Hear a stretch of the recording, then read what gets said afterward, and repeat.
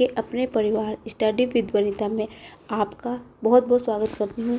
आज भी मैं आपके लिए एक बहुत ही बेहतरीन प्रैक्टिस सेट चुन के लेके आई हूँ। आज की क्लास में हम डिस्कस करेंगे बहुत ही इम्पोर्टेंट क्वेश्चन है जो आपके पेपर के लिए बहुत ही इम्पोर्टेंट है।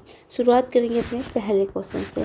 पहला क्वेश्चन समय दे रखा है, एक आदमी एक लड़के की मजदूरी 800 रुपये 5 दिनों के लिए मिले थे। काम में आदमी की दक्षता लड़के की तुलना में 3 गुना थी। लड़के की दैनिक मजदूरी आपसे पूछी गई है। ठीक है, आपको उसने क्या बोला है कि 5 दिन में आदमी की, मैन की और बॉय की कितने रुपए मिल रहे हैं। 5 दिन के उसको कितने मिल रहे हैं, 800 रुपये मिल रहे हैं। ठीक है, जब 5 दिन के आदमी और लड़के को 800 रुपये मिल रहे हैं तो एक दिन कितने मिलेंगे। तो 800 को मैं 5 से भाग दे दूंगी तो मुझे पता चल जाएगा कि एक दिन में उसे कितने रुपये मिल रहे होंगे दोनों को। 5 कम 5, 3 5 छक्के 30, 160 रुपये। इसका मतलब क्या हो गया कि 5 दिन में 800 रुपये मिल रहे हैं और एक दिन की लड़के और आदमी की कितनी पे है, कितने रुपये मिल रहे थे, 160 रुपये मिल रहे हैं। ठीक है, अब उसने क्या बोला है, ये कितनी मिल गई, 160 रुपये मिल गई। कितनी, एक दिन की इनकी रुपये मिल गए। कह सकते हैं इनकी मजदूरी जो थी एक दिन की कितनी है, 160 रुपये है। ठीक है, अब आपने ये करना है, जो ये इनको 160 को हम डिवाइड कर देंगे 2 पार्ट में। ठीक है, इसको क्या मान लेते हैं, ये टोटल कितना है, सैलरी है, मतलब टोटल कार्य क्षमता दक्षता कह सकते हैं कि टोटल जो प्राइस है 160 है। ठीक है, अब इसको मैं 2 पार्ट में डिवाइड कर देती हूँ। ठीक है, अब उसने क्या बोला है, क्योंकि एक दिन की दिहाड़ी कितनी है, 160 रुपये है। इसमें से लड़के को कितनी मिली है ये पता है, लड़की को और आदमी को कितनी मिली है ये हमें पता नहीं है। ठीक है, क्योंकि उसने लड़के की दैनिक मजदूरी पूछी है। जब एक दिन की निकल जाएगी तो दैनिक की भी इसी निकल जाएगी। ठीक है, अब उसने आगे क्या बोला, आदमी की दक्षता लड़के की तुलना में 3 गुनी थी। मान लो ये आदमी है, ये मैन है, ये बॉय है। यदि बॉय एक कार्य कर रहा है तो आदमी 3 करेंगे। ठीक है, यही तो उसने बोला है, काम में आदमी की दक्षता लड़के की तुलना में 3 गुना है। इसका मतलब यदि बॉय एक काम करता है तो आदमी 3 करेंगे। इतना आपको समझ में आ गया कि लड़के की दैनिक मजदूरी उन्होंने पूछी है। तो आप यहाँ से कितना इनकी कार्य कितनी हो जाएगी, 4 हो जाएगी टोटल, क्योंकि आदमी 3 कर रहे हैं और लड़के 1 कर रहे हैं। अब आप सोचोगे यहाँ पे 4 क्यों लिखा, क्योंकि ये दोनों मिलके कार्य कर रहे हैं, दोनों की मिलने की सैलरी मिल रही है। जो ये मजदूरी मिल रही है वो दोनों के मिलके मिल रही है, इसलिए मैंने इसको जोड़ दिया। बहुत से बच्चों को कन्फ्यूज होती है कि यहाँ पे जोड़ा क्यों है, घटाया क्यों है। ठीक है, अब ये जो 4 है दोनों का जो 4 है वो 160 के बराबर होगी। ठीक है, 160 के बराबर होगी। जब 4 की 160 की होगी तो एक कितना होगा, 160 बटा 4 होगा, 4 चौके 16, 40 आ गया, 40 आ गया। अब आप ध्यान से समझना। ठीक है, क्या बोला है, लड़के की दैनिक मजदूरी पूछी है, लड़के की दैनिक मजदूरी। अब देखो ये कितने बॉयज़ कितने हैं, 1 है, तो 1 है तो कितना होगा, 40 गुना 1। ठीक है, तो कितने हो गए, 40 रुपये हो गए। Option number D. ठीक है, इनकेस ये आदमी का पूछता तो आपको 3 से गुना करने पड़ेगा, क्योंकि 3 है दक्षता उसकी, आदमी की तो 1 है ना, तो 1 से गुना कर दिया आपने 40 को। यदि आपको आदमी का पूछता तो आपने 3 से गुना कर देनी थी। तो ऑप्शन नंबर डी इसका बिल्कुल करेक्ट आंसर है। नेक्स्ट क्वेश्चन में बढ़ेंगे अपने। नेक्स्ट क्वेश्चन के तरीका बहुत ही अच्छा इंपॉर्टेंट क्वेश्चन कह सकते हैं, वेरी वेरी इंपॉर्टेंट क्वेश्चन है, बहुत अच्छा क्वेश्चन है ये। एक दुकानदार की कीमत इस तरह से अंकित करते हैं कि 25% की छूट की अनुमति देने पर 12% का लाभ होता है। मतलब 25% की छूट देने पर भी 12% का लाभ वो चाहता है। ठीक है, यदि अंकित मूल्य 224 रुपये है तो वस्तु का क्रय मूल्य आपसे पूछा गया है। ठीक है, बहुत ही अच्छा, वेरी वेरी इंपॉर्टेंट क्वेश्चन आप इसको कह सकते हैं। ठीक है, उसने पहले क्या दे रखा हमें, ये अंकित मूल्य दे रखा। अंकित मूल्य क्या होता है, MP मार्केट प्राइस कितना दे रखा, 224 रुपये हमें दे रखा है। ठीक है, अब उसने क्या बोला है, 25% की छूट की अनुमति देने पर 12% का लाभ चाहता है। तो यहाँ से मैं अपना विक्रय मूल्य निकाल सकती हूँ, सेलिंग प्राइस। सेलिंग प्राइस निकालने का फॉर्मूला क्या होता है, मार्केट प्राइस, ठीक है, अंकित मूल्य गुना कितने की छूट दे रहा है। देखो छूट की बात कर रहा है तो 100 में से हमेशा घटेगा, तो 100 माइनस के कितना हो गया, 25/100। ठीक है, इतना हो गया।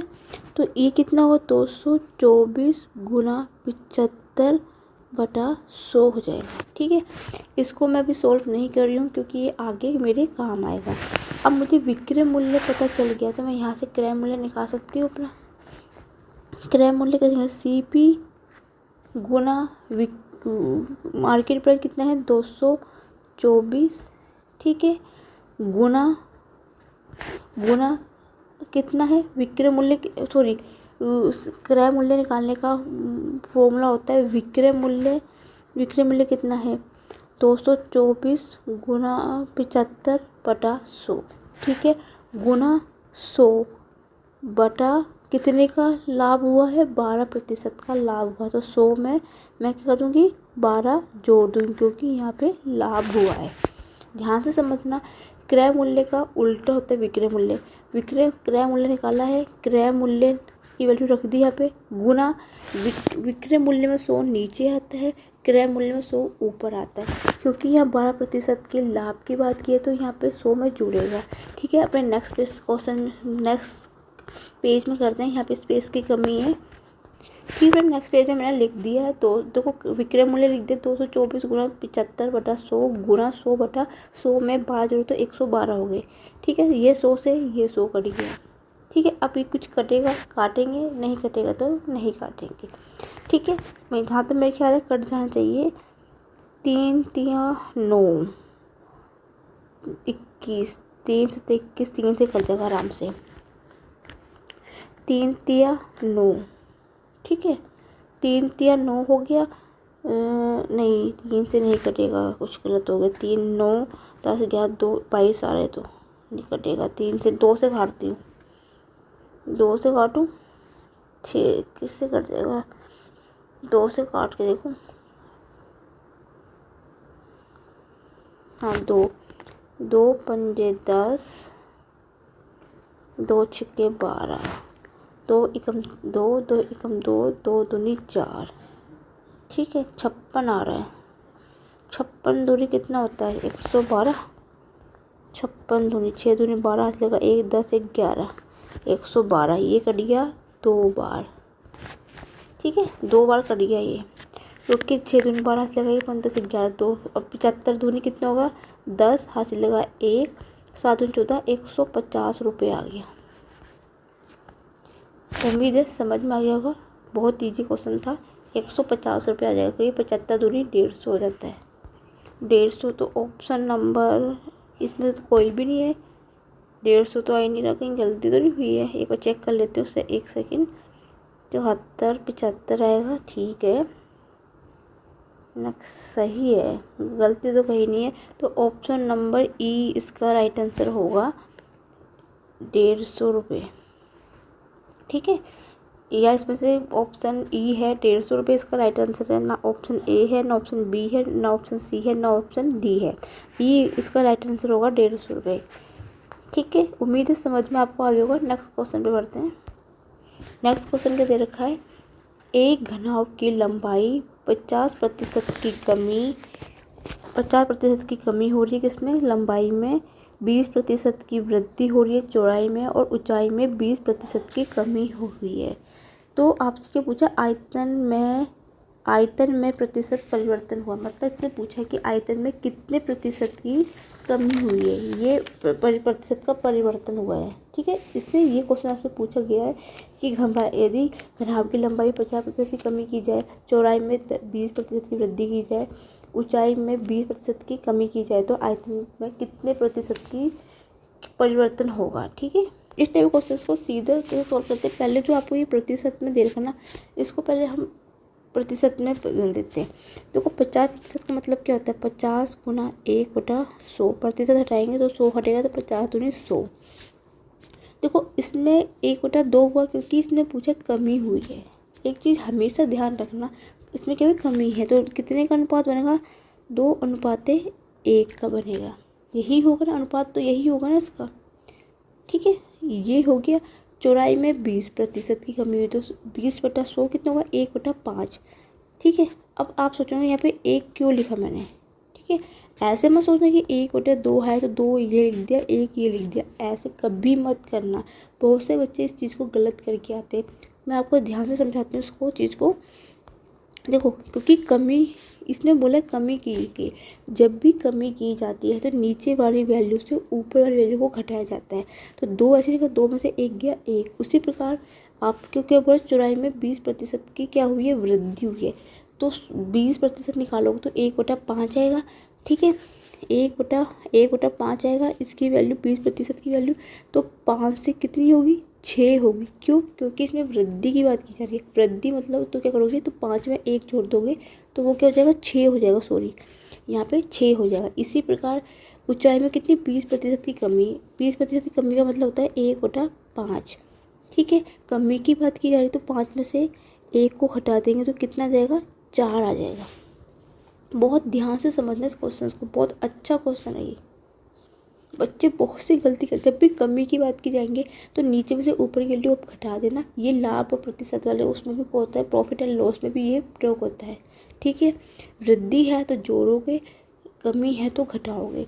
ठीक है, आई थिंक आपको ये चीज़ डाउट क्लियर हो गया होगा, ये चीज़ बहुत ज़रूरी है। तो ठीक है, अब उसने पूछा कि आयतन में कितने प्रतिशत का परिवर्तन क्या है, मतलब परिवर्तन कितना हुआ इसमें। ठीक है, परिवर्तन में आपको हमेशा एक चीज़ रखना, तो आप क्या करोगे, अब मुझे एक चीज़ बताइए आप, अब आपने क्या, आप जब भी इनका निकालना होगा कि परिवर्तन कितना, तो आपने इनकी गुना कर देनी आपस में ऐसे, 5 पंजे 25, 25 दूनी कितना हो गया, 50 हो गया। इसी प्रकार इसी गुना 6 चौके 24, 24 कम 24। ठीक है, जैसे हम लाभ प्रॉफिट एंड लाभ और हानि में करते थे, उसी प्रकार इस क्वेश्चन में करेंगे। तो अब मुझे बताइए कितने का इसमें एरर है। ठीक है, तो 50 का ऐसा समझो कि 50 की चीज़ 24 पे गई है, तो कितने की कमी हुई है, कमी कितने की हो रही है, एरर कितने का है, 26 का एरर होगा। ठीक है, एरर होगा मतलब जो उसमें त्रुटि है, 26 की त्रुटि। अब मेरे 26 की त्रुटि किस पे होगी, मैंने जैसे आपको क्रय मूल्य विक्रय मूल्य बताया था, जो उसके क्रय मूल्य पे होता है, यहाँ की जो वैल्यू थी उस पर ही होता है। ठीक है, तो ये 26 की वैल्यू किस पे होगी, 50 पे होगी। ठीक है, तो 1 पे कितनी होगी, 1 में कितनी होगी, 1 पे कितनी होगी, 1 पे कितनी होगी, सॉरी 1 पे कितनी होगी, 26/50 होगी। 26/50 होगी तो 100 में कितनी होगी, 100 से मैं गुना कर दूंगी यहाँ पे, तो 50 दूनी 100, 26 दूनी 52। तो ऑप्शन नंबर बी इसका बिल्कुल करेक्ट आंसर होगा। ठीक है, बस इतना ध्यान रखना, वृद्धि होगी तो जुड़ेगा, कमी होगी तो घटेगा, छूट भी जहाँ पे की जाएगा वहाँ पे घटेगा। ठीक है, उम्मीद है समझ में आपको आ गया होगा। कोई दिक्कत होगी तो आप मुझे कमेंट सेक्शन में लिख के बता सकते हैं। यदि आपको मेरा सेक्शन अच्छा लग रहा है तो आप मेरे वीडियो को लाइक ज़रूर कीजिए और शेयर ज़रूर कीजिए, जिससे कि ये वीडियो और बच्चों तक भी पहुँच सके। नेक्स्ट क्वेश्चन में बढ़ेंगे अपने। Next question profit and loss का, सॉरी उसका चक्रवृद्धि ब्याज का है, CISI का साधारण ब्याज चक्रवृद्धि ब्याज का है, जिसमें से एक या दो क्वेश्चन हमेशा ही बनते हैं। इस पर हमेशा क्वेश्चन ही आता है, एक क्वेश्चन हमेशा आता है। ये जो क्वेश्चन हम करेंगे आज बहुत ही बेहतरीन क्वेश्चन है। ये भी क्या बोला है, वह समय ज्ञात कीजिए जिसमें 3,456 रुपये की धनराशि 25/3% के चक्रवृद्धि ब्याज पर 4,394 रुपये हो जाएगी।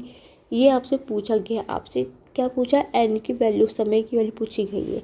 आपको जब भी इस प्रकार क्वेश्चन कहीं भी दिख जाए, बिना सोचे समझे आपने फॉर्मूला लगा देना है। पी इंटू 1 प्लस आर बटा 100 बटा की पावर n। ठीक है, जब भी आपसे ये जिसमें आपको a बराबर फॉर्मूला होता है a बराबर p into 1 plus r upon 100। n क्या है यहाँ पे, समय है। r क्या है, वो है दर है। p क्या है, प्रिंसिपल अमाउंट है, चक्रवृद्धि ब्याज है। a क्या है, अमाउंट धनराशि है। जब भी आपसे इस प्रकार क्वेश्चन पूछ लीजिए, आपने बिना सोचे समझे आपने ये फॉर्मूला वहाँ पे पुट कर देना है। ठीक है, वैल्यू पुट करना शुरू करते हैं। a कितना है, 3456 रुपये। सॉरी कुछ गलती कर दिया, ये ना थोड़ा गलत बोल दिया मैंने। चक्रवृद्धि ब्याज होता है, चक्रवृद्धि ब्याज बराबर। ठीक है, कंपाउंड इंटरेस्ट बराबर होता है CI। Sorry friend, by mistake में से बोल दिया गया था, थोड़ा सा मेरे से गलती हो गई थी यहाँ पे बोलने में। ठीक है, CI बराबर होता है P into 1 plus r upon 100। P क्या है यहाँ पे, P यहाँ पे है राशि, प्रिंसिपल अमाउंट मतलब धनराशि। ठीक है, धनराशि। CI क्या है यहाँ पे, चक्रवृद्धि ब्याज, कंपाउंड इंटरेस्ट। ठीक है, यहाँ पे अब वैल्यू पुट करना शुरू कर देंगे। तो 4394 बराबर, आई थिंक सॉरी फ्रेंड, थोड़ा सा इंक चेंज कर लेती हूँ, मुझे लग नहीं दिख रहा होगा शायद यहाँ पे आपको।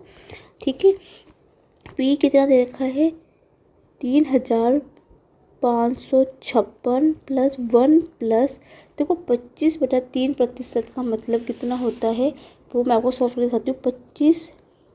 25/3% हटाऊंगी तो 1/100, 25 चौके 100, तो कितना हो गया, 1/12 हो गया यहाँ पे। तो यहाँ पे मैंने क्या रख दिया, 1/12। ठीक है, 100 से 100 कट गया यहाँ पे। ठीक है, ये 100 से 100 कट गया यहाँ पे। ठीक है, उम्मीद है समझ में आ गया होगा। प्रतिशत मैंने नहीं हटाया, मैंने आपको यहाँ पे करके दिखाया कि देखो आप वैल्यू ऐसे रखोगे, R कितना है, 25/3 रखोगे बटा 100 करोगे आप। ठीक है, अब ये 100 ऊपर चल जाएगा, गुना में तो 100 होगा, 25 चौके 100, 4 गुना 3 तो 1/12 हो गया। उम्मीद है इतना आपको समझ में आ गया होगा। मैं इसको थोड़ा सा क्लियर कर देती हूँ।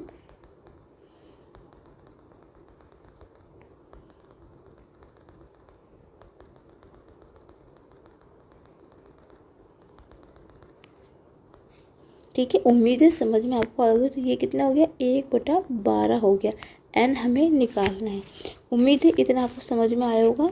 मैंने आपको समझाने के लिए यहाँ पे साइड में बता दिया कि किस प्रकार से सॉल्व हुआ है। ठीक है, क्या करा है, R 25/3 लिख दिया है। ठीक है, प्रतिशत नहीं हटाना था क्योंकि हमें वैल्यू R की ऐसी ही रखी जाती है। बटा 100 है, 25 से 75, 1/12 हो गया। अब इसको काट पीट करना शुरू करते हैं। ठीक है, अब ये क्या होगा, ये इससे कटेगा, इससे नीचे चल जाएगा। अब जो जिससे कट रहा है उसको मैं काट देती हूँ। ठीक है, काटना शुरू करते हैं। क्या मैं इसको ऐसे भी लिख सकती हूँ, 4394, ये इसके भाग में चल जाएगा क्योंकि ये पूरे की गुना में है। बराबर कितना होगा, 12 एकम 12, 13/12 हो जाएगा की पावर n। ठीक है, देखो इसको काटना शुरू करती हूँ। ठीक है, ये मैं किससे ठीक है, किससे कटेगा, काटना शुरू करती हूँ। 2 से काटूँ, 2 से कट जाएगा, 2 दूनी 4, 2 एकम 2, ठीक है, 2 निम 18, 2 सत्ते 14।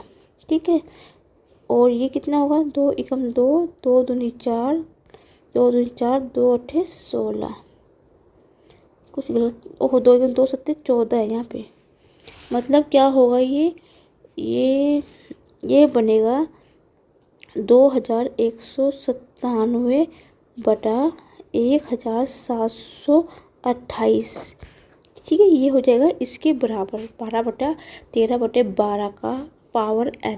ठीक है, अब आप सोचोगे कि इसको हम कैसे सॉल्व करेंगे। ठीक है, आपको यहाँ पे समझ में आएगा। मैं नेक्स्ट पेज में समझाती हूँ क्योंकि यहाँ पे स्पेस की थोड़ी कमी है, तो नेक्स्ट पेज में आपको समझाऊंगी तो अच्छी तरह समझ में आएगा आप। ठीक है, मैंने नेक्स्ट पेज में लिख दिया। अब एक चीज़ ध्यान से समझना है इस क्वेश्चन को। देखो यहाँ पे हमें n की क्या वैल्यू रखे कि मुझे 13 का जो मैं वैल्यू रखूँगी तो मुझे ये मिलेगा, और 12 का ये रखूँगी तो इतना मिलेगा। ठीक है, देखो ऊपर की संख्या बड़ी है, आपको आप किसी एक की वैल्यू निकाल दीजिए। किसी एक की वैल्यू निकाल दोगे तो इसका मतलब ये क्या है कि आप ऊपर वाली वैल्यू भी सेम ही होगी। ठीक है, मैं नीचे वाली वैल्यू निकाल रही हूँ 12, क्योंकि 12 थोड़ा छोटा है। 12 का स्क्वायर यदि n की वैल्यू में 2 रख तो 12 का होता है 244, वो 12 का स्क्वायर नहीं होगा। तो मैं 12 का क्यूब करके देखती हूँ, 12 का क्यूब करके देखती हूँ। ठीक है, 12 का स्क्वायर होता है 144, 12 की गुणा कर दी, 12 चौके 48 का 4 हासिल लगा, 12 चौके 48, 48 और 4 52 का 5 हासिल लगा, 12 कम 12, 12 और 5 17। इसका मतलब क्या है, ये 12 का क्यूब है। यदि ये 12 का क्यूब है तो नेचुरल सी बात है कि 13 का भी यही क्यूब होगा। आप किसी एक की वैल्यू निकाल दोगे तो ऊपर की वैल्यू वही होगी, नीचे की वैल्यू वही होगी, क्योंकि n की वैल्यू आप सेम ही रखोगे। इसका मतलब कि n की वैल्यू 3 वर्ष रखने पर आपको ये चीज़ मिल जाएगा। तो इसका तो हमें समय क्या मिलेगा, समय हमें 3 वर्ष मिलेगा। तो हमें समय क्या मिलेगा, 3 वर्ष। तो ऑप्शन नंबर ए बिल्कुल सही आंसर होगा। आपने कुछ नहीं करना है, फॉर्मूले पे वैल्यू पुट करनी है, कैलकुलेशन करके एन की वैल्यू ऐसी वैल्यू रखनी है जो आपको मिल जाए। एक चीज़ हमेशा याद रखना, छोटी वैल्यू को सॉल्व करने की ट्राई करना, क्योंकि बड़े नंबर्स को करोगे तो दिक्कत हो सकती है। ठीक है, उम्मीद है समझ में आपको आ गया होगा। नेक्स्ट क्वेश्चन बढ़ेंगे अपने। नेक्स्ट क्वेश्चन क्या है, ये भी बहुत अच्छा क्वेश्चन है, शानदार क्वेश्चन है। यदि किसी विद्यालय में लड़के तथा लड़कियों का 3:2 है, ठीक है, मतलब हमें अनुपात कितना दे रखा है, लड़कियों और लड़कियों का 3:2 दे रखा है। ठीक है, अब उसने क्या बोला है, 20% लड़के तथा 30% लड़कियों को छात्रवृत्ति लेने वाली हो। ठीक है, लेने वाली हो तो छात्रवृत्ति ना मिलने वाले विद्यार्थियों का प्रतिशत कितना है। उसने क्या बोला है, लड़के और लड़कियों का अनुपात हमें दे रखा है 3:2 दे रखा है। 20% लड़के और 30% लड़कियों को क्या कहते हैं, छात्रवृत्ति मिल रही है, और जिनको नहीं मिली है वो हमसे पूछा गया है। जब भी आपसे इस प्रकार का क्वेश्चन पूछे, बहुत ही शानदार क्वेश्चन है, बहुत अच्छा क्वेश्चन है। इस टाइप का क्वेश्चन हमेशा ही बनता जरूर है। ठीक है, तो आपसे क्या बोला गया, उसने बोला है, यहाँ पे मैं रेशो बना देती हूँ। ठीक है, ये बॉय है, यहाँ पे गर्ल है। ठीक है, बॉय मतलब बी बॉय लड़के, जी गर्ल लड़की। ठीक है, 3:2 है। ठीक है फ्रेंड, जब भी आपको इस टाइप का क्वेश्चन पूछ लिए जाते हैं ना, तो आप ना हमेशा ये करना, यहाँ पे ना 2 जीरो लगा दीजिए करो। दोनों साइड ये करते हैं, 2 जीरो लगा देते हैं। क्यों लगा रही हूँ, क्योंकि इससे मेरी जो कैलकुलेशंस है, मेरी जो गुना भागना वो ईजिली हो जाएगी। इसलिए मैं यहाँ पे 2 जीरो यहाँ लगे, 2 जीरो यहाँ लगाइए। ठीक है, तो इससे कोई फ़र्क नहीं पड़ता है, क्योंकि 2 जीरो यहाँ से भी हट जाएगी, यहाँ से भी हट जाएगी, तो कोई फ़र्क नहीं। तो मैं दोनों साइड क्या करी, 2 जीरो लगा दी। क्यों, क्योंकि मैंने अपने गुना भाग को थोड़ा ईजी बनाना है, इसलिए मैंने दोनों साइड क्या कर दी, 2 जीरो लगा दिए। ठीक है, अब उसने बोला लड़की अनुपात में जो 20% लड़के हैं, ये क्या है, 20% यहाँ पे क्या है, लड़के हैं। तो 300 का आप 20% निकालोगे तो कितना होगा, 300 गुना 20/100। 2 जीरो से 2 जीरो कट गया तो 60 हो गया। 60 लड़के, इसका मतलब क्या है, ये 60 लड़के हैं। और यहाँ पे लड़कियों को कितना है, 30% है। तो 200 का 30% निकालोगे तो कितना आएगा, 60 है। मतलब लड़के भी 60 है और लड़कियां भी कितने हैं, 60 है। तो टोटल कितने लोगों को छात्रवृत्ति मिल रही है, 60 + 60 कितने को मिल रही है, 120 छात्राओं को क्या मिल रही है, छात्रवृत्ति मिल रही है। ठीक है, ध्यान से समझना इस क्वेश्चन को, बहुत ही बेहतरीन क्वेश्चन है। ठीक है, अब मुझे देखो 120 बच्चों को क्या मिलती है, छात्रवृत्ति मिल रही है। अब मुझे बताइए टोटल विद्यालय में लड़के और लड़कियां कितनी हैं। देखो बॉयज़ कितने हैं, 300 है, लड़कियां कितनी हैं, 200 हैं। तो टोटल विद्यालय में विद्यार्थी कितने मेरे को मिल जाएंगे, 300 + 200 = 500 हो गए। 500 हो गए कि नहीं होगी, मुझे एक चीज़ बताइए। अब आपको इतना समझ में आपको आया कि नहीं आया? देखो लड़के और लड़कियां टोटल कितने हैं? 500 है। अब एक चीज़, अब 120 को छात्रवृत्ति मिली है। अब मुझे बताइए कितने बच्चों को छात्रवृत्ति नहीं मिली होगी? यदि मैं टोटल विद्यार्थी में से जिनको छात्रवृत्ति मिली है वो घटा दूँ तो मुझे पता लग जाएगा कि कितने विद्यार्थियों को छात्रवृत्ति नहीं मिली है। 0 हो गया, 8 में से 0 में से 2 जाएंगे, नहीं जाएंगे, एक हाथ से लिया, 10 में 2 गए 8, ये 4 में से 380, मतलब 380 ऐसे विद्यार्थी हैं जिनको क्या छात्रवृत्ति नहीं मिली है। अब ध्यान से समझना, बहुत से बच्चे इस क्वेश्चन को गलती करके आते हैं। उसने क्या पूछा है? प्रतिशत पूछा। यदि वो पूछता कि कितने विद्यार्थियों को छात्रवृत्ति नहीं मिली है तो आपका आंसर यहीं ख़त्म हो जाता है कि हाँ 380 छात्राओं को छात्रवृत्ति नहीं मिली है। लेकिन उसने पूछा है कि विद्यार्थियों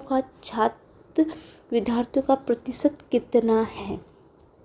ठीक है, तो कोई यहाँ पे स्पेस की थोड़ी सी कमी के कारण मैं नेक्स्ट पेज में इस क्वेश्चन को सॉल्व करती हूँ। ठीक है, हम ये नए पेज में इसको स्टार्ट कर रहे हैं। अब मुझे ये बताइए जो 380 विद्यार्थी हैं जिनको छात्रवृत्ति नहीं मिली वो किसके इक्वल होंगे? टोटल छात्र के इक्वल तो होंगे, तो 500 टोटल छात्र किसके इक्वल हो जाएंगे? 380 के, जो जिनको छात्रवृत्ति नहीं मिली है। ठीक है, तो एक कितने के बराबर होगा? 380 बटा 500 होगा, तो 100 कितने में होगा? 100 में आप इसको गुना कर दो क्योंकि 100 पे ही तो निकालोगे प्रतिशत, उसने पूछा है। तो 5 से कितनी बार कटा? 5 बार कटिए। ठीक है, 5 सत्ते 35,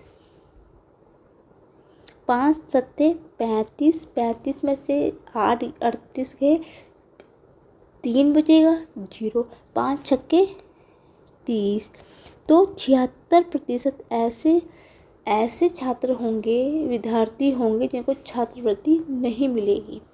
ठीक है, उम्मीद है इतना आपको समझ में आ गया हो, क्योंकि देखो जिनको छात्रवृत्ति नहीं मिली वो किसके इक्वल होंगे?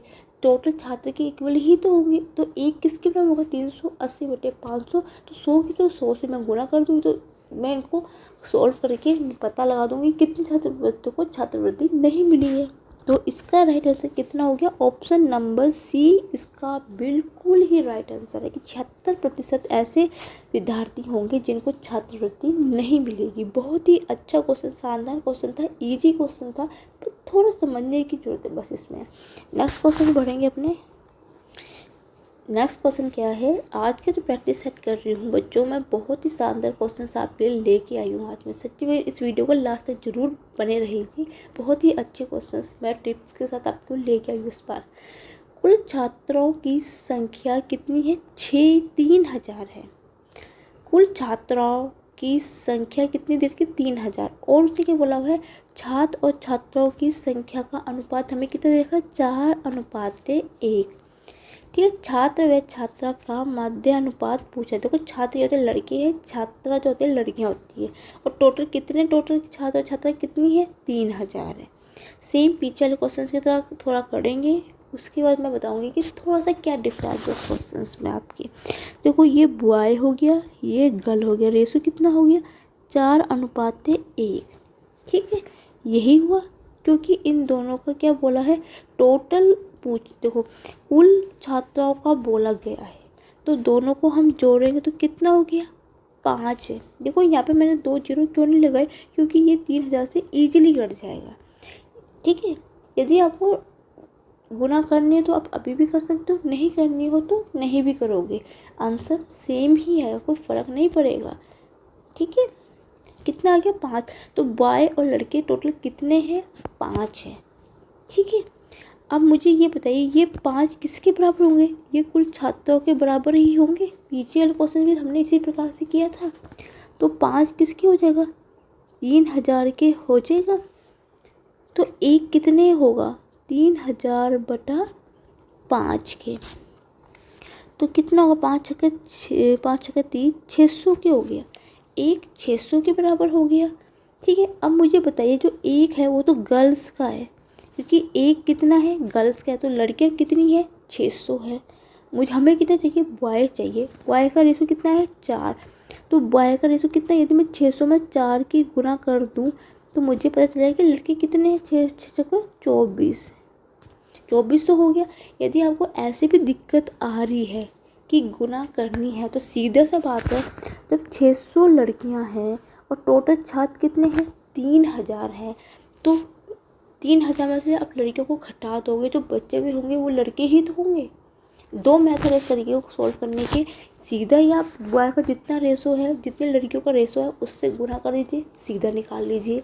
या आप क्या कर सकते हो, देखो लड़कियों का टोटल कितना है, 600 है, और टोटल छात्र कितने हैं, 3000। तो 3000 में से आप 600 घटा दोगे लड़कियों का रेशो, तो मुझे बच जाएगा कि 2400 तो लड़के हैं, जो बचेंगे वो लड़के ही तो होंगे। ठीक है, इतना आपको समझ में आ गया कि नहीं है। अब इसमें बोला छात्र और छात्राओं का माध्य अनुपात पूछा हुआ है। ठीक है, देखो कुछ ये क्वेश्चन सीधे भी पूछ लिए जाते हैं आपसे कि माध्य अनुपात, ये क्वेश्चन बहुत ही क्वेश्चन, इसमें से एक क्वेश्चन हमेशा पूछता है, या तृतीय अनुपात पूछेगा, द्वितीय अनुपात पूछेगा, चतुर्थ अनुपात पूछेगा, या मध्य अनुपात पूछता ही है। एक या दो क्वेश्चन हमेशा ही इस चीज़ के लिए हमेशा ही बनते हैं, पेपर में हमेशा ही आते हैं क्वेश्चन। ठीक है, अब देखो क्योंकि मुझे मध्य अनुपात में तब निकाल पाऊंगी जब मुझे दो वैल्यू पता होगी, छात्र और छात्रा की वैल्यू पता ही होगी, तब भी तो मैं निकाल पाऊंगी। ठीक है, नेक्स्ट पेज में अपने करते हैं, न्यू पेज में करते हैं। ठीक है, मध्य अनुपात निकालने का फॉर्मूला होता है √a और b। a क्या है यहाँ पे, छात्र की संख्या, b क्या है, छात्रा की संख्या है। a छात्र की संख्या कितनी निकाली थी, 600 निकाली थी मैंने, छात्र की कितनी थी और छात्रा की कितनी थी, छात्रों की संख्या 600 थी और छात्र की संख्या कितनी थी, 2400 थी। ठीक है, अब ये अंडर रूट में है।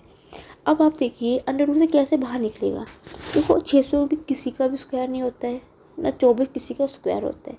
तो मुझे इस चीज़ को निकालने के लिए मैं क्या करूँगी, मैं इसको टुकड़ों में तोड़ देती हूँ। 6 ऐसे रहने देती हूँ, ऐसे रहने दूँ, गुना 24 को हम क्या लिख सकते हैं, 6 चौके 24 लिख सकते हैं, गुना इसको मैं 100 लिख सकती हूँ, और इसको भी मैं क्या लिख सकती हूँ, 100 लिख सकती हूँ, क्योंकि 600 की यदि आप 6 की गुना 100 में करोगे 600 मिलेगा, 6 गुना 4 24, 24 की गुना 100 में करोगे तो 2400 मिलेगा।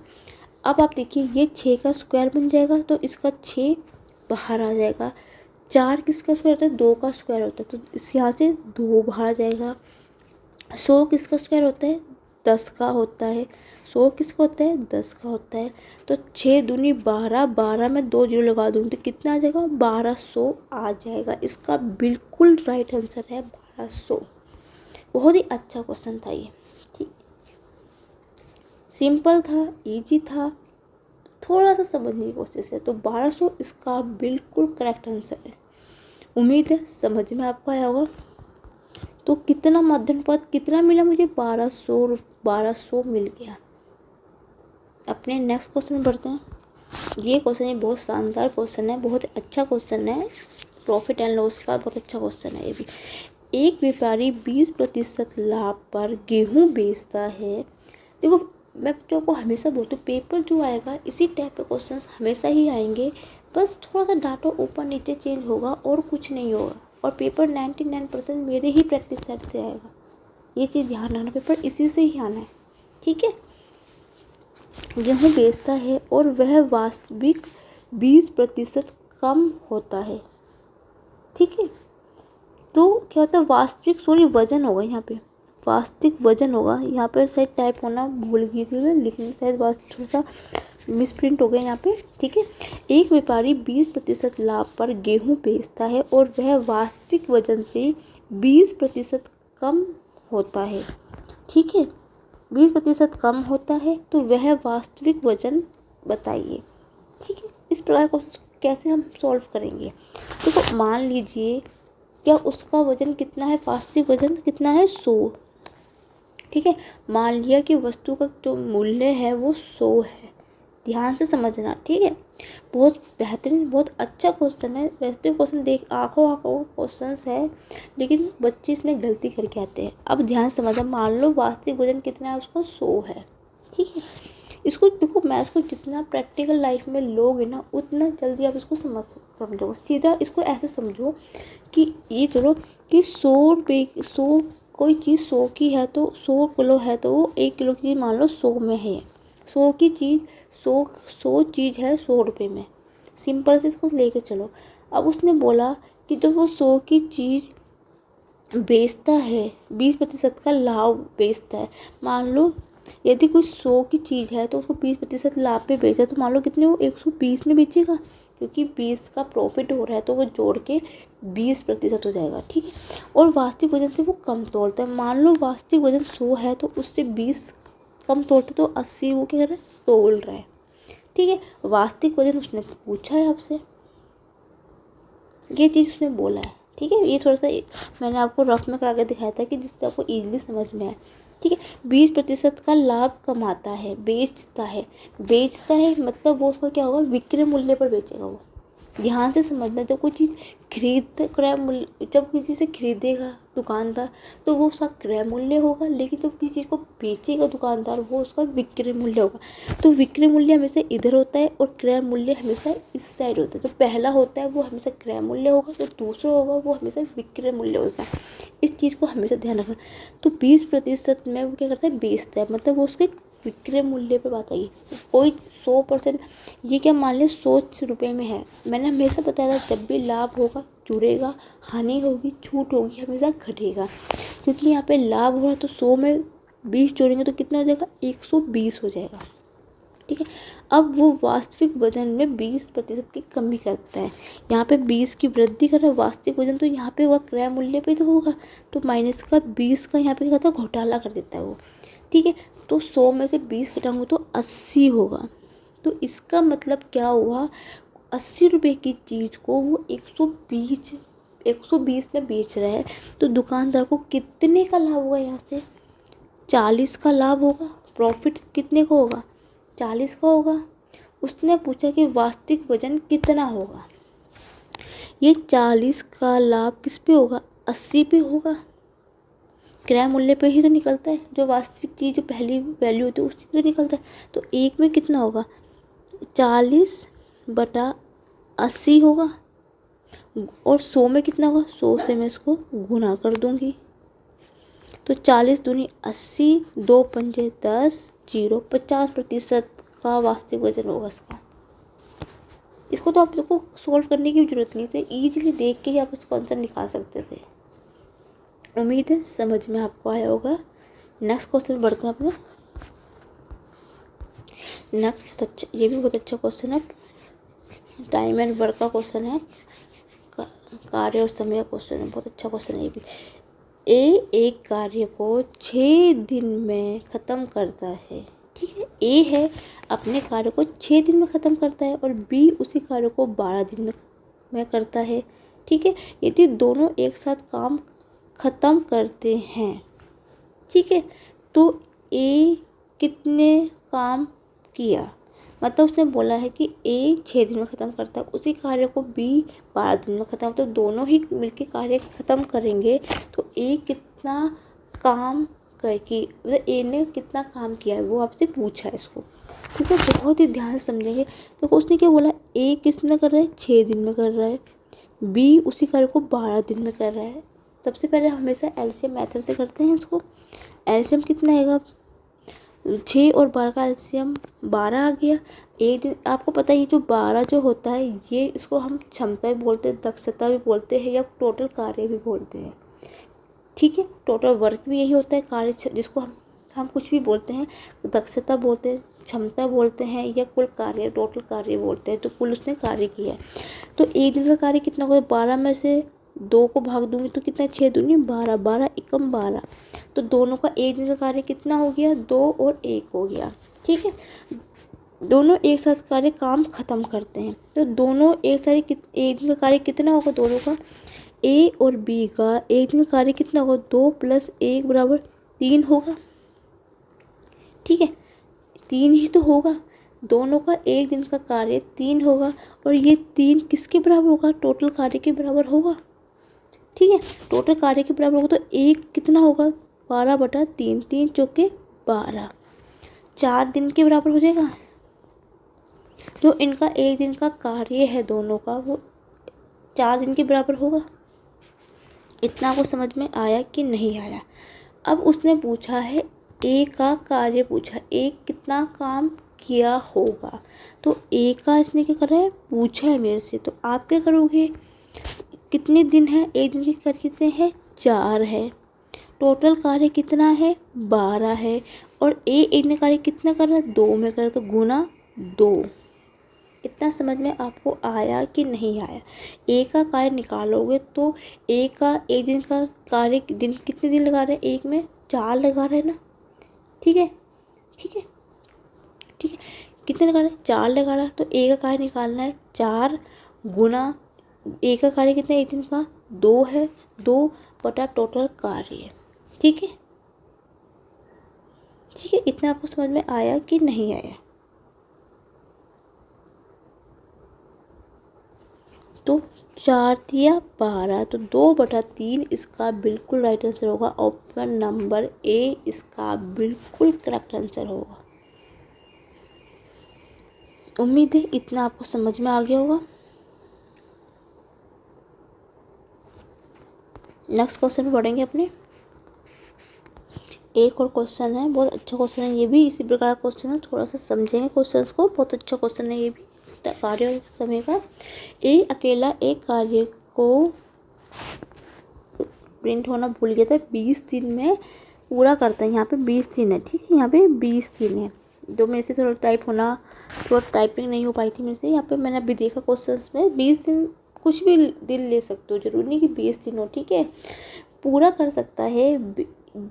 बस आपको मेथड समझना है। क्वेश्चंस में कुछ भी लिखा हो, चाहे 20 दिन लिखा हो, 30 दिन लिखा हो, कुछ भी लिखो, कितने भी दिन लिखे, बस आपको मेथड समझ में आना चाहिए, क्योंकि मेथड आपको आता है तो कोई भी क्वेश्चंस आप इजीली कर सकते हो। पूरा कर सकता है बी अकेला समान कार्य को 30 दिन में पूरा कर सकता है। तो ए और बी दोनों मिलकर समान कार्य को कितने दिन में पूरा करेंगे। पीछे जो इससे पीछे क्वेश्चन था सेम इसी प्रकार था, बस उसने ये पूछा था कि ए अकेला किसी कार्य को कितने दिन में ख़त्म करेगा। अब इसने पूछा है कि दोनों इस कार्य को कितने दिन में ख़त्म करेंगे, ये इसने पूछा है, ठीक है। बहुत अच्छा क्वेश्चन है, करेंगे इसको भी, समझेंगे। दोनों ही मैसेज से मैं आपको करवा रही हूँ क्वेश्चन। यदि आपसे पूछे कि ए कितने दिन करता है अकेला, या बी कितने दिन में करता है, या फिर पूछे कि दोनों कितने दिन में कार्य कर सकते हैं, तो आप उसको कैसे निकालेंगे। ए 20 दिन में, बी 30 दिन में, उसी पीछे वाले क्वेश्चन की तरह ही करेंगे। एलसीएम लेंगे दोनों का, कितना आएगा, 60 आएगा। एक दिन का कार्य निकालेंगे तो 20/60 3 बार 2 बार करेगा, ठीक है। अब दोनों का एक दिन का कार्य कितना मिल जाएगा, मुझे 5 मिल जाएगा। टोटल कार्य कितना है, 60 है, तो 5 60 के बराबर होगा, तो एक कितना होगा, 60/5 होगा। 5 एकम 5, 5 दूनी 10, 12 दिन हो गया, 12 दिन हो गया। अब दोनों का कार्य तो हो गया, 12 दिन हो गया। अब यही तो पूछा था उसने कि ए और दो मिलके समान कार्य को कितने दिन में पूरा करेंगे, 12 दिन में करेंगे। इससे आगे कुछ पूछा था ही नहीं, 12 दिन में करेंगे। बहुत इजी क्वेश्चन था, देख के ही आंसर आना चाहिए था आपको, ठीक है।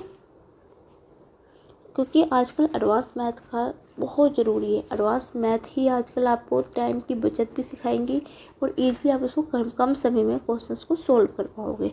नेक्स्ट क्वेश्चन में बढ़ेंगे अपने। नेक्स्ट क्वेश्चन है, ये भी अच्छा अनुपात समानुपात का क्वेश्चन है। ये भी रुपये 5.5 प्रति किलोग्राम गेहूँ को रुपये 4.80 प्रति किलोग्राम गेहूँ के साथ किस अनुपात में मिलाया जाए कि मिश्रण का क्रय मूल्य 5.08 प्रति किलोग्राम है। जब भी आपसे इस प्रकार का कोई क्वेश्चन पूछ लिया कि दो चीज़ें दे रखी हो, उसको किस अनुपात में मिलाया जाए कि उसका क्रय मूल्य इतना हो जाए। कुछ नहीं करना है, आपने जो आपको पूछा है कि इतना हो जाए, उसको आपने क्या करना है, बीच में रख देना बस यहाँ पे, ठीक है। अब इसी को आपने 2 पार्ट्स में कर देना है डिवाइड। पहला कितना बोला उसने, 5.5 सॉरी 5.15, क्योंकि उसने यही तो बोला कि दोनों को मिलाया जाए तो इतने रुपए का क्रय मूल्य हो जाए। जो क्रय मूल्य वो बीच में रख दो, जिस अनुपात में बांटा गया ये कितना 4.8 हो गया। ये यहाँ पर डंडी खींच दो, ये यहाँ पे डंडी खींच लो, ठीक है। अब आप इसकी वैल्यू कैसे निकालोगे, इसकी वैल्यू कैसे निकालोगे, कुछ नहीं करना है, इसका सीधा ये वाला। तो आपने करना 5.08 में से 5.08 में से 4.80 को घटा देना। जो घटाएगा आपने यहाँ पे वैल्यू पुट कर देनी है। ठीक है, बड़ी वैल्यू में से छोटी वैल्यू को घटाना है, क्योंकि ये चीज़ें माइनस में नहीं आती है। ठीक है, बस इतना ध्यान से समझना। यदि माइनस में कर भी रहे हो तो माइनस नहीं लिखना आपने। ठीक है, 8 में से 0 गए, कितना बचेगा? 0.8, 80 है। ठीक है, 80 है तो यहाँ से कितना होगा? ये 4.8 है। सीधा सा मेथड यूज करो। 508 में से 480 घटा दो, 28 बचेगा। 0.2 के बाद है तो 0.2 के बाद लगा तो 0.28 हो गया। सीधा इसको भी ऐसे करेंगे। 515 में से 5.08, तो 515 में से 508 को घटा दो, कितना होगा? 7 आएगा। ठीक है, 0.2 के बाद है तो एक यहाँ पे 0 लगा दो, 0.0। ठीक है, दशमलव से दशमलव हट गया। ठीक है, दशमलव हट गया। अब ये कटेगा, काट देंगे, नहीं कटेगा तो नहीं कटेंगे, आराम से कटा। 7 कम 7, 7 दूनी 14, तो 4:1 आ गया। और यही आपका करेक्ट आंसर है। यही आपसे पूछा गया था, तो ऑप्शन नंबर बी इसका बिल्कुल राइट आंसर है। ठीक है, उम्मीद है समझ में आपको आ गया होगा। नेक्स्ट क्वेश्चन पे हम बढ़ेंगे अपने। नेक्स्ट क्वेश्चन क्या है? किसी परीक्षा में 8 छात्रों के औसत अंक कितना है? 51 51 है। अन्य 9 छात्रों का औसत 68 है। सभी छात्रों का औसत अंक क्या है? जब भी आपको इस प्रकार क्वेश्चन पूछ लिया जाएगा तो आपने कुछ नहीं करना है। ठीक है, सीधा सा मेथड बताऊंगी आपको। आपसे कभी इस प्रकार क्वेश्चन पूछ लिया जाए कि 2 दे रखे छात्र के इतने अंक है, इतने के इतने अंक है, औसत अंक आपसे पूछ लिया जाए, इसका कुछ नहीं करना है। औसत अंक निकालने का फॉर्मूला होता है, सीधा रखना है n1 x1 plus n2 x2 बटा n1 प्लस n2। n क्या है? नंबर है। x क्या है? यहाँ पे औसत अंक है। ठीक है, इस प्रकार से आपने इसको सॉल्व करना है। सॉल्व करते हैं, कितना है? 8 छात्र है, कितने हैं? 51 है। ठीक है, 51 है प्लस n2 कितने हैं? 9 छात्र है, x2 कितना है? 68 है बटा n1 कितना है? 68 प्लस के 51, मतलब थोड़ा आगे पीछे हो गया। n1 51 था, 68 ये था। ठीक है, इसको सॉल्व करेंगे पूरा भाग करके। ठीक है, 8 5 गुना करेंगे तो कितना आएगा? ये 51 अट्ठे 408। ठीक है, प्लस 68 9 जा होते हैं 612। 68 51 9 6 12 1 13। कुछ गलत हो गया क्या? ओहो, ये गलती हो गई यहाँ पे लिखने में। सॉरी यहाँ पे गलती हो गई। n1 कितना है? 8 है यहाँ पे। 8 प्लस ये छात्र कितने हैं? 9 है। मैं वो सोचे कहीं तो गलती हो रही मेरी। तो 9 और 8 कितने हो गए? ये हो गए 17। ठीक है, इनको जोड़ेंगे तो कितना आएगा? 10 हाथ से लगा 1 2 6 4 10 1 10 बटा 17, यही होगा। ठीक है, उम्मीद है समझ में आएगा। थोड़ी सी यहाँ पे गलती हो गई थी मेरे से। n1 तो छात्र थे। अब 110 20 को काटेंगे 17 से, तो 17 छिक्के 102 होता है 0। तो ऑप्शन नंबर बी है इसका राइट आंसर। कुछ नहीं था, फॉर्मूले पे वैल्यू रखनी है, सीधा हल कर देना है। ठीक है, समझ में आ गया होगा। देखो, लॉन्ग मेथड से इसको करोगे तो दिक्कत आएगी। कैसे? आपके अगर 8 छात्रों का फिर 51 निकालोगे, फिर छात्र 8 से 51 गुना करोगे, फिर नीचे गुना करोगे, फिर दोनों को जोड़ोगे, फिर जो इनका अनुपात है उसको जोड़ के फिर भाग करोगे, तो बहुत लंबी प्रोसेसिंग हो जाएगी। तो इसको सीधा इस वाले मेथड से सॉल्व करके सॉल्व कर देना। उम्मीद है समझ में आपको आ गया होगा। नेक्स्ट क्वेश्चन बढ़ेंगे। नेक्स्ट क्वेश्चन है, बहुत अच्छा क्वेश्चन है ये भी। पेट्रोल का मूल्य 20% की वृद्धि की गई है, किंतु उनकी खपत में 10% से अधिक कमी नहीं की जा सकती है। खर्च पर क्या प्रभाव पड़ेगा? मूल्य 20% की वृद्धि की गई है, किंतु उनकी जो खपत है 10% से अधिक कमी नहीं की जा सकती है। खर्च का प्रभाव। जब भी मैंने आपको हमेशा एक चीज़ समझाई है, जब भी आपको 2% की वैल्यू दी जाए तो आपने बिना सोचे समझे इस मेथड लगा देना। कौन सा वाला? जो आपने फॉर्मूला पढ़ा था ना, x + y प्लस माइनस होते हैं एक्स वाई बटा 100, ये प्लस माइनस होता है। प्लस माइनस मतलब खपत होगी तो माइनस में होगा, वृद्धि होगी तो प्लस में होगा, बस इतना फर्क होता है। ठीक है, ये वाला फॉर्मूला वैल्यू रखनी है, सॉल्व करना है। पहला 20% की वृद्धि हुई है तो प्लस की वैल्यू होगी 20। बच्चे यहाँ पे गलती करते हैं, प्लस माइनस की वैल्यू सही से समझते नहीं है और रख के बीच में प्लस लगा के सॉल्व करके आ जाते हैं। उसने क्या बोला 10% की खपत मतलब होती है कमी। कमी हमेशा माइनस में होगी, माइनस होगा क्योंकि ये माइनस में होगा, ये प्लस में होगा। प्लस ये है और माइनस का है तो प्लस माइनस माइनस हो गया बटा 100 हो गया। 20 और देखो 10, 20 में से 10 बचेगा, 20 दूनी 200। ठीक है, सॉरी कुछ गलत हो गया क्या, अरे यार क्या कर दिया, ये थोड़ी सी गलती होगी, सॉरी फ्रेंड। थोड़ा सा मैं फिर लिखती हूँ यहाँ पे 20 माइनस 10 माइनस का 20 गुना 10 बटा 100।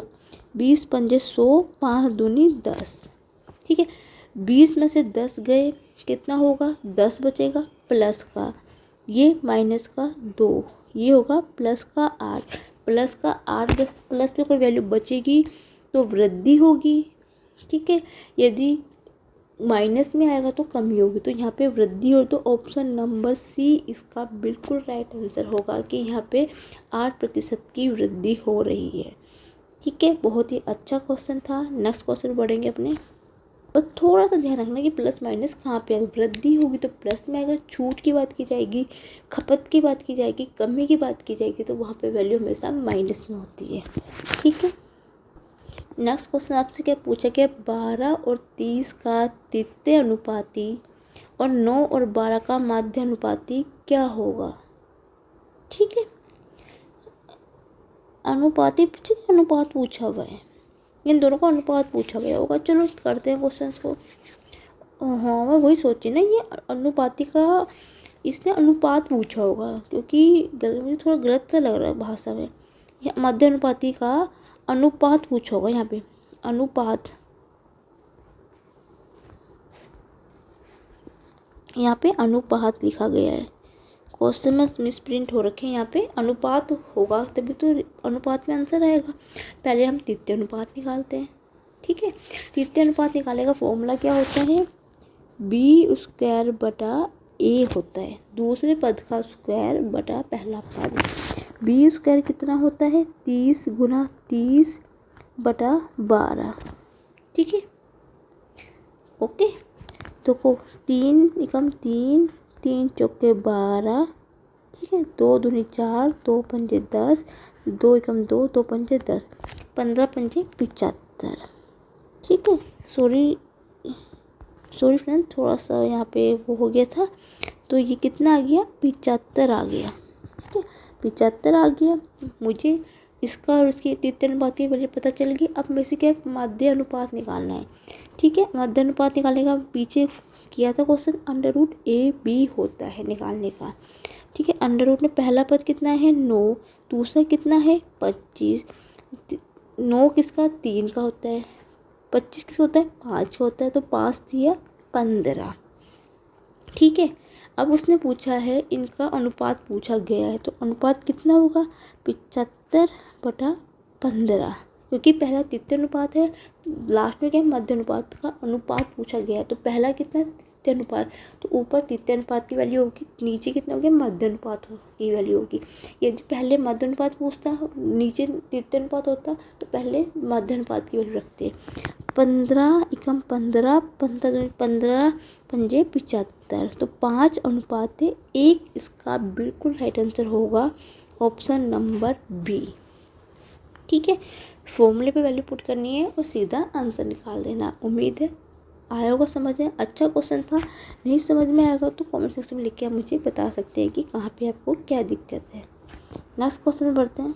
नेक्स्ट क्वेश्चन क्या देखा, यदि 2 वर्गों का क्षेत्रफल का अनुपात 225/256 हो तो उनके परिमापों का अनुपात पूछा गया है। आपको पता है वर्ग का क्षेत्रफल क्या होता है, भुजा का स्क्वायर। ठीक है, तो पहले वर्ग का A1 मान लिया, दूसरे वाली भुजा का A2 हो गया। इसका स्क्वायर बराबर किसके दे रखा है 225/256। यहाँ से स्क्वायर हटाऊंगी तो यहाँ पे क्या हो, ये स्क्वायर हटाऊंगी, यहाँ से ये उठा दूँ तो ये अंडर रूट में हो जाएगा। ठीक है, तो A1/A2 कितना हो जाएगा 225 क्या होता है 15 का स्क्वायर होता है, 256 जो होता है वो 16 का होता है। इतना आपको समझ में आया कि नहीं आया? पहली भुजा का स्क्वायर, पहला वर्ग है वो A1 मान लो, दूसरा वर्ग 2 स्क्वायर है, स्क्वायर हटा के दूसरी जगह मैंने क्या करा अंडर रूट में रख दी वैल्यू। ठीक है, यदि ये भी करते तो क्या होता, यदि आपको यहाँ पे दिक्कत आ रही तो ये इसका स्क्वायर होता, ये इसका स्क्वायर था, स्क्वायर रखते स्क्वायर कर जाता है, तब भी आंसर यही आना था। ठीक है, उसने पूछा है परिमापों का अनुपात, 3D के क्वेश्चन है, मैथ्स है, फॉर्मूले बेस पे ही क्वेश्चंस होते हैं। फॉर्मूले आपको याद है तो ये क्वेश्चंस कर पाओगे, नहीं तो आप नहीं कर पाते हो। फिर एक मैथ्स एक ऐसा चैप्टर है जो फॉर्मूले ही बेस पे ही होते हैं क्वेश्चन, उनके पास कोई इन मैथ्स में क्षेत्रवर्ती वाले क्वेश्चन में, 3D वाले क्वेश्चंस में कोई ऑप्शंस नहीं होता आपके पास कि आप उसको शॉर्ट ट्रिक्स से कर सको। शॉर्ट ट्रिक्स क्या, फॉर्मूले बेस पे क्वेश्चन होते हैं, फॉर्मूले याद है तो आप कर पाओगे, नहीं है तो आप नहीं कर पाओगे। ठीक है, परिमाप का क्या होता है फॉर्मूला, परिमाप होता है, वर्ग का परिमाप होता है 4a होता है, यही होता है, वर्ग का परिमाप होता है 4a, क्योंकि ये इसने पूछा उनके परिमापों का अनुपात, 2 वर्ग है तो 4a1/4a2, क्योंकि ये अनुपात पूछ रहा है, बराबर कितना होगा 15/16 होगा, 4 से 4 कट जाएगा तो 15:16 होगा, ऑप्शन नंबर सी। उम्मीद है समझ में आ गया। नेक्स्ट क्वेश्चन बढ़ेंगे अपने। नेक्स्ट क्वेश्चन क्या देखा, एक ट्रक 1 मिनट में, तो कोई एक सेकेंड इंक चेंज कर लेती हूँ, 1 मिनट में 550 मीटर की दूरी तय करता है, जबकि एक बस 33 किलोमीटर की दूरी 15 मिनट में तय करती है, उसकी गतियों का अनुपात होगा। तो कितना इजी क्वेश्चन है। आपको पता है गति या चाल दोनों एक ही होती है, चाल बराबर होता है दूरी बटा समय, यही होता है, दूरी बटा समय होता है D/T होता है। ठीक है, बहुत ही इजी क्वेश्चन है। सबसे पहले पे ट्रक की चाल निकाल दीजिए, पहले मैं ट्रक की चाल निकाल लूँगी तो कितना मिलेगा, ट्रक की चाल कैसे निकालेंगे, आपको क्या चाल बराबर दूरी कितनी दे रखी है 550 दे रखी है। ठीक है, मीटर में दे रखी है, ठीक है, मीटर प्रति सेकंड में बनेगा तो इसको चेंज करने की ज़रूरत है नहीं। ठीक है, एक दूरी कितने मिनट में, सेकंड में होता है, मीटर प्रति सेकंड होता है, हमेशा याद रखना। तो ये मिनट में है तो मिनट को मैंने क्या सेकंड में चेंज करना है।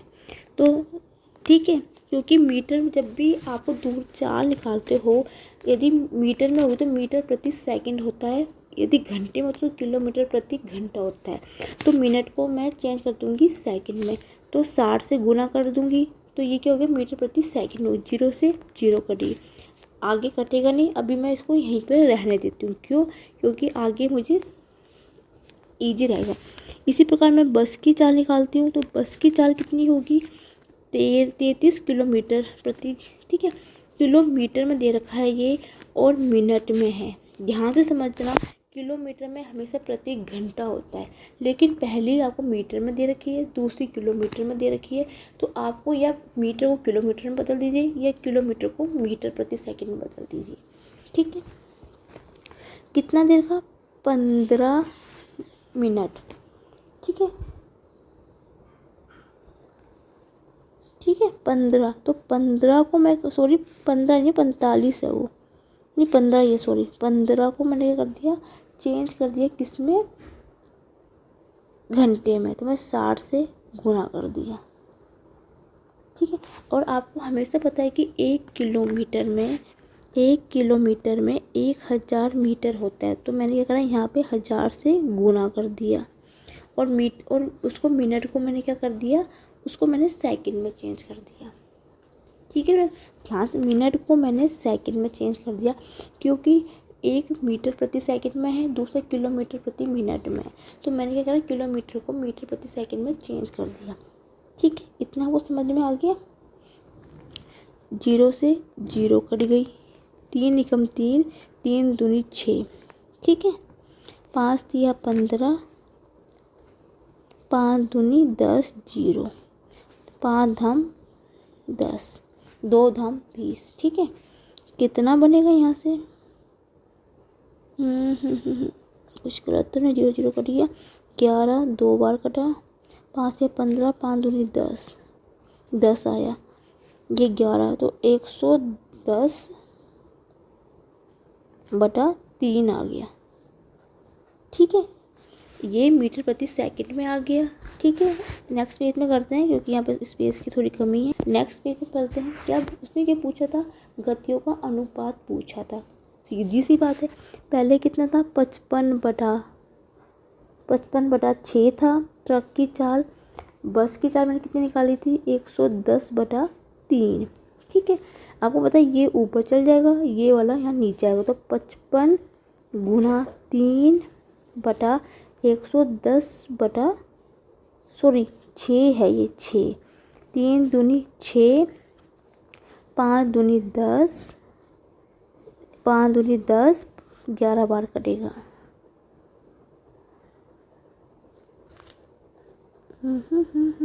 कुछ गलत तो नहीं हो गया यार? ऐसे नहीं काटती, रुको, सीधा सीधा काटती उसको, रुको थोड़े से, 1 सेकेंड। 11 से काटती हूँ उसको। 11 एकम 11, 11 पंजे 55, 3 दूनी 6, 5 एकम 5, 5 दूनी 10, 1:4 आ गया, ठीक है। देखो कैसे, 11 एकम 11, 10 हो जाए, 11 पंजे 55, 5 दूनी 10, 3 दूनी 6, तो 1:4 इसका करेक्ट आंसर होगा। अपने ऑप्शंस में जाते हैं जरा, यहाँ पे देखूँ, सॉरी कहाँ गया, ये रहा। ऑप्शन तो है ही नहीं इसमें कोई, आंसर तो मेरा ये आ रहा, लेकिन आंसर एक बार चेक कर ले तो सही है। 55 से काटा, ठीक है। 5 55 बटा 6, 33, 2 11, 2 बार कटा, 5 से 15, 10, ठीक है। किया तो बिल्कुल सही है, तो ऑप्शन नंबर ई होगा इसका कोई। ये ऑप्शन इसमें से है नहीं, तो मेरा तो 1:4 आ रहे हैं, तो इसका करेक्ट आंसर 1:4 है, जो ऑप्शन नंबर ई होगा, इसमें नहीं है। कभी कभी ऐसा होता है कि देखो क्वेश्चंस ऐसे होते हैं कि जहाँ पे आंसर नहीं होते। कभी कभी क्या होता है कि हम जो क्वेश्चंस लिख रहे हैं थोड़ी मिसप्रिंट भी हो जाती है, या हमसे गलती हो जाती है, क्या जो जहाँ से PDF ली होती है क्या उनसे भी मिसप्रिंट हो जाती है, ठीक है। क्योंकि मैं तो खुद ही टाइप करती हूँ क्वेश्चनों को, और मैं खुद ही करती हूँ, तो शायद मेरे से थोड़ी सी बाय मिस्टेक मेरे से ही गलती होगी टाइपिंग करने में। देखो आपको आंसर से कोई मतलब नहीं होता, आपको सिर्फ मेथड समझनी है। यदि आप मेथड आपको समझ में आता है तो आप इजीली क्वेश्चन निकाल सकते हो, कोई भी दे रखा हो, ठीक है। नेक्स्ट क्वेश्चन बढ़ेंगे अपने। नेक्स्ट क्वेश्चन क्या है? अक्षु ने अपने वेतन, बहुत अच्छा क्वेश्चन है, ये भी बहुत बेहतरीन क्वेश्चन है। अक्षु ने अपने वेतन का 40% भोजन पे, 20% मकान के किराए पर और 10% मनोरंजन पर और 10% परिवहन पे व्यय करती है। यदि माह के अंत में उसकी बचत 1500 रुपये है तो उसकी मासिक वेतन कितना है? ये आपसे पूछा गया है, ठीक है। अब आप मुझे बताइए कि उसने कुल कितनी व्यय की होगी, कुल कितना व्यय किया होगा। देखो 40% तो उसने भोजन में किया, 20 उसमें किसमें किया? मकान पे किया, 10 मनोरंजन में किया, 10 परिवहन में किया, तो टोटल उसने कितना खर्च किया होगा?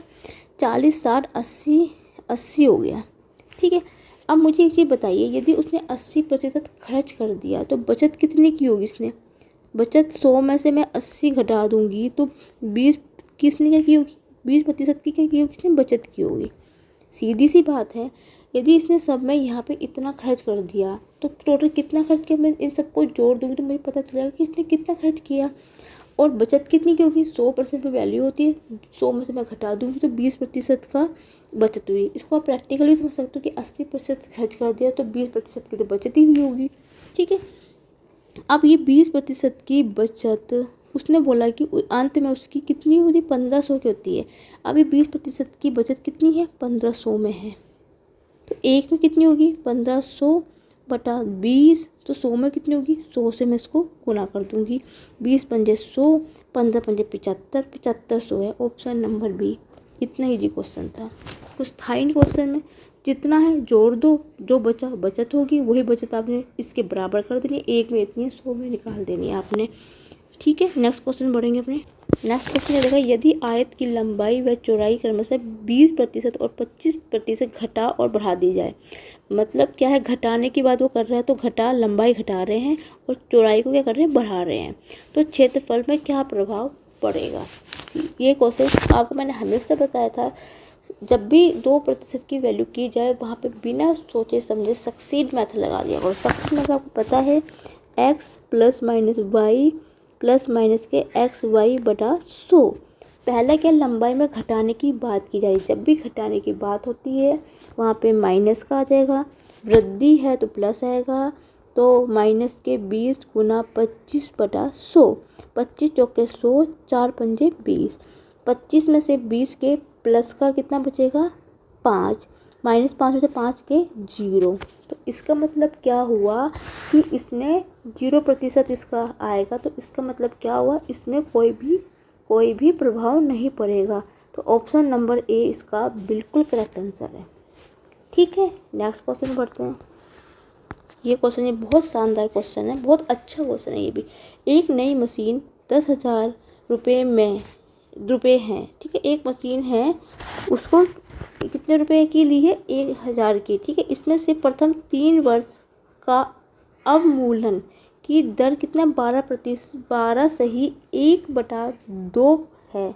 ठीक है, तथा 15% है।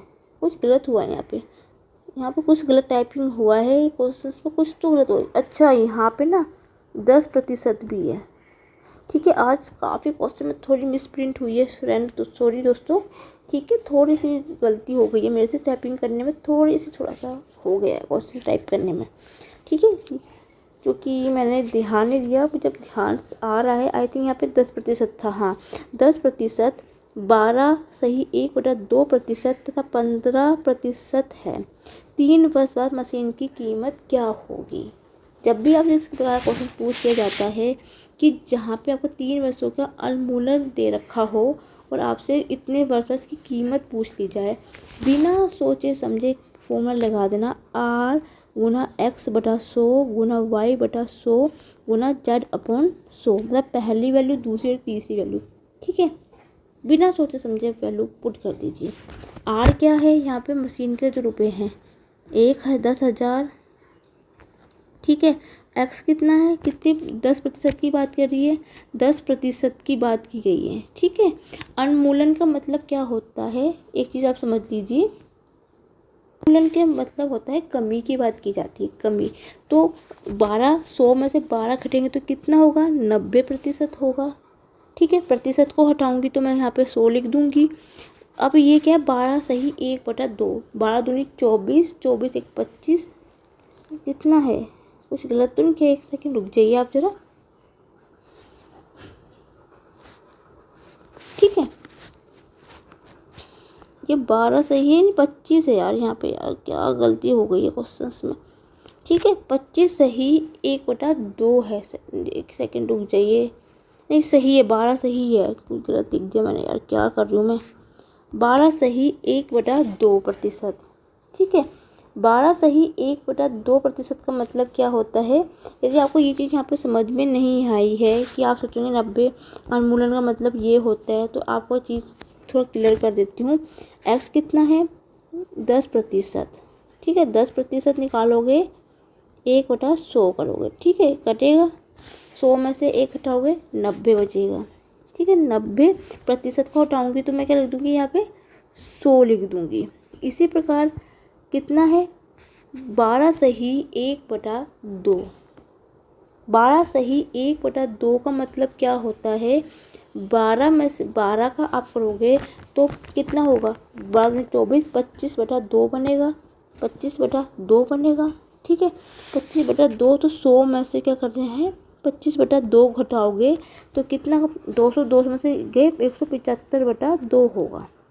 तो यहाँ पे कितना आएगा, 175/2 गुना 100%। हटाते हैं, जब भी अवमूल्यन की बात की जाती है पहले आप प्रतिशत को सॉल्व करना और 100 में से आपने वैल्यू घटा देनी है। इस चीज़ का यहाँ पे ठीक है। यहाँ पे आई थिंक को समझ में नहीं आएगा, मैं नेक्स्ट पेज में को समझाती हूँ, स्पेस कमी है यहाँ पे थोड़ी सी, ठीक है। नेक्स्ट पेज में ढंग से समझाती हूँ। देखो 10,000 गुना 10% था, 100 में से 10% घटाओ तो घटेगा, 0 से 0 कट गई, 10 बचेगा। तो यहाँ से सॉल्व करोगे तो 90 आएगा, 90% होगा। 90 को सॉल्व करोगे तो प्रतिशत हटाओगे तो 100 आएगा। इसी प्रकार पीछे वाला है 112 सही 1/2 25/2 100 में से घटा देंगे।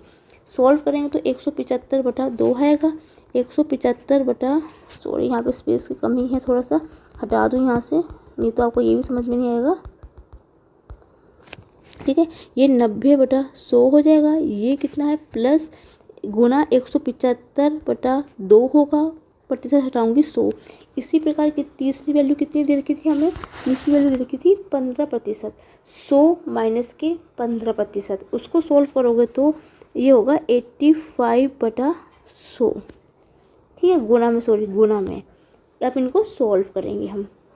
देखो इजीली से 4 0 है, 4 0 यहाँ पे कट गई है, 1 0 से ये कट गई है, 5 दूनी 10, ठीक है। 5 तिया 15, 5 पंजे 25, ठीक है। कितना होगा ये 9 गुना, ठीक है, 85 गुना 35/4, इतना आ गया। तो बहुत लंबा जाएगा गुना भाग तो, ठीक है। 0 1 0 और ये भी तो थी यार, 0 यहाँ पे 10 आएगा, 2 दूनी 4, 2 पंजे 10, ठीक है। अरे यार बड़ा लंबा जा रहा है तो, ठीक है कोई बात नहीं, चलो करते हैं गुना भाग। 35 से 85 से गुना करूँगी तो कितना आएगा, 85 को 35 से गुना करूँगी, 35 पंजे 25 का 3 से लगा 0 0 से 148 से गुना करेंगे तो कितना आएगा 148 5, ठीक है। गुण बटा 4 2 काटेंगे तो कितना आएगा, तो ये भी इसकी गुना करेंगे, गुना 45 गुना, इसको सॉल्व करेंगे, मतलब इसको टोटली को सॉल्व करोगे तो कितना आएगा 6693.7.5 आएगा इसका मतलब, ठीक है। मेथड समझने की कोशिश करना, ठीक है। इसका आंसर जो आपको होगा, हाँ खुल गया पेजेस, इसका जो आंसर आएगा डी ऑप्शन इसका राइट आंसर है, ठीक है। थोड़ा सा बस यहाँ पे ये समझने की कोशिश है, आपने क्या करना है। देखो यदि आपको ये चीज़ भी यहाँ पे समझ में नहीं आई ना तो सीधा देखो मैं आपको ना इसे फिर से कराती हूँ इस क्वेश्चन को। यहाँ पे पहले इसको मैं क्लियर कर देती हूँ पूरा, फिर आपको शायद आई थिंक मुझे लग रहा है यहाँ पे कन्फ्यूजन ना क्रिएट हो रही होगी आपको, तो मैं इसको पहले यहाँ पे क्लियर कर देती हूँ, ठीक है। फॉर्मूला सेम यही है। देखो 10% का मतलब क्या है, वो उन्मूलन की बात कर रहा है, ठीक है। तो आपने करना, देखो 100 घटा देना है तो यहाँ पे 90 आ जाएगा बटा 100, क्योंकि प्रतिशत हटाया 100, साथ में 10,000 1 लाख तो चल ही रहा है साथ में, ठीक है। गुना आपने बोला 12 सही 1/2, ठीक है। 12 सही 1/2 मतलब होता है 25/2, ठीक है। 25 100 में से घटाओगे, सीधा सा मेथड है, 175/2 आएगा, प्रतिशत हटाया 100, बस सीधा सा मतलब 100 में से घटा देना बस प्रतिशत निकाल के। 15 करोगे 100% निकालोगे तो 85 आएगा बटा 100, बस और कुछ नहीं है। गुना भाग करने का खेल है और कुछ नहीं, बस ऑप्शन नंबर डी है इसका राइट आंसर। बस फॉर्मूला ये है, वैल्यू पुट करनी है बस, और कुछ नहीं करना आपने, ठीक है। नेक्स्ट क्वेश्चन पढ़ेंगे। आपको नहीं समझ में क्वेश्चन आ रहा हो तो फिर से आप मुझे बता सकते हैं, कल मैं इस क्वेश्चन को फिर से जरूर करूँगी। मुझे पता है कि बहुत से बच्चों को ये चीज़ समझ में नहीं आ रही होगी, तो कल मैं अपनी क्लास में सबसे पहले यही क्वेश्चन को फिर से लेके आऊँगी, ठीक है। नेक्स्ट क्वेश्चन पढ़ेंगे अपने। नेक्स्ट क्वेश्चन क्या दे रखा है, यदि क्रय मूल्य और विक्रय मूल्य का अनुपात 5:6 है तो लाभ प्रतिशत बताइए। सीधी सी बात है, बहुत ईजी क्वेश्चन है। CP अनुपात SP विक्रय कॉस्ट प्राइस सेलिंग प्राइस, क्रय मूल्य 5:6 है। अब सीधी सी बात है, 5 ये तो देख के ही आंसर आना चाहिए था। 5 की चीज़ 6 में की है तो 1 का लाभ है, 1 का लाभ किस पे क्रय मूल्य पे होता है, ठीक है। ये निकालने की भी जरूरत नहीं है लाभ, क्योंकि लाभ प्रतिशत पूछा। लाभ प्रतिशत का फॉर्मूला होता है, लाभ कितना है 1 का है, कॉस्ट प्राइस कितना है 5 है, गुना 100, सीधा 5 दूनी 10, 20% इसका राइट आंसर था। Option number A. देखते ही आंसर आना चाहिए था इसको, तो बहुत ईजी क्वेश्चन था। नेक्स्ट क्वेश्चन बढ़ेंगे अपने। बहुत ही अच्छा बेहतरीन क्वेश्चन है ये, ठीक है। इस क्वेश्चन को मैं आपको होमवर्क के लिए देती हूँ। क्वेश्चन को, एक नाव की धारा के विरुद्ध 7 किलोमीटर प्रति घंटा पर किलोमीटर जाने पर 42 मिनट लेती है। धारा का वेग 3 किलोमीटर प्रति घंटा है, तो शांत जल में नाव की चाल क्या होगी। बहुत वेरी वेरी इंपॉर्टेंट क्वेश्चन है ये, आपको होमवर्क के लिए है। कमेंट सेक्शन में मुझे बताना है कि इसका आंसर कितना होगा, ठीक है। आज की क्लास यहीं ख़त्म करती हूँ। उम्मीद है आपको आज का सेक्शन अच्छा लगा होगा। कल फिर मिलती हूँ मैं आपके साथ नए सेक्शंस के साथ, नए बेहतरीन क्वेश्चंस के साथ मैं कल लेके आती हूँ आपके लिए। यदि आपको मेरी वीडियो अच्छी लगे तो प्लीज़ बच्चों, फ्रेंड्स, यदि आपको मेरी वीडियो अच्छी लग रही है तो प्लीज़ मेरी वीडियो को लाइक जरूर कीजिए। आप मेरे चैनल फर्स्ट टाइम विजिट कर रहे हो तो मेरे चैनल को सब्सक्राइब करना ना भूलें और बेल आइकन को जरूर क्लिक करना, जिससे कि मैं कोई भी वीडियो डालती हूँ तो सबसे पहले आप पर नोटिफिकेशन सबसे पहले आपको पहुँच जाएगा। Thank you for watching my video. यदि आपको मेरी वीडियो सच्ची में बहुत अच्छी लग रही है तो please like my video, comment my video, share my video and thank you for watching my video.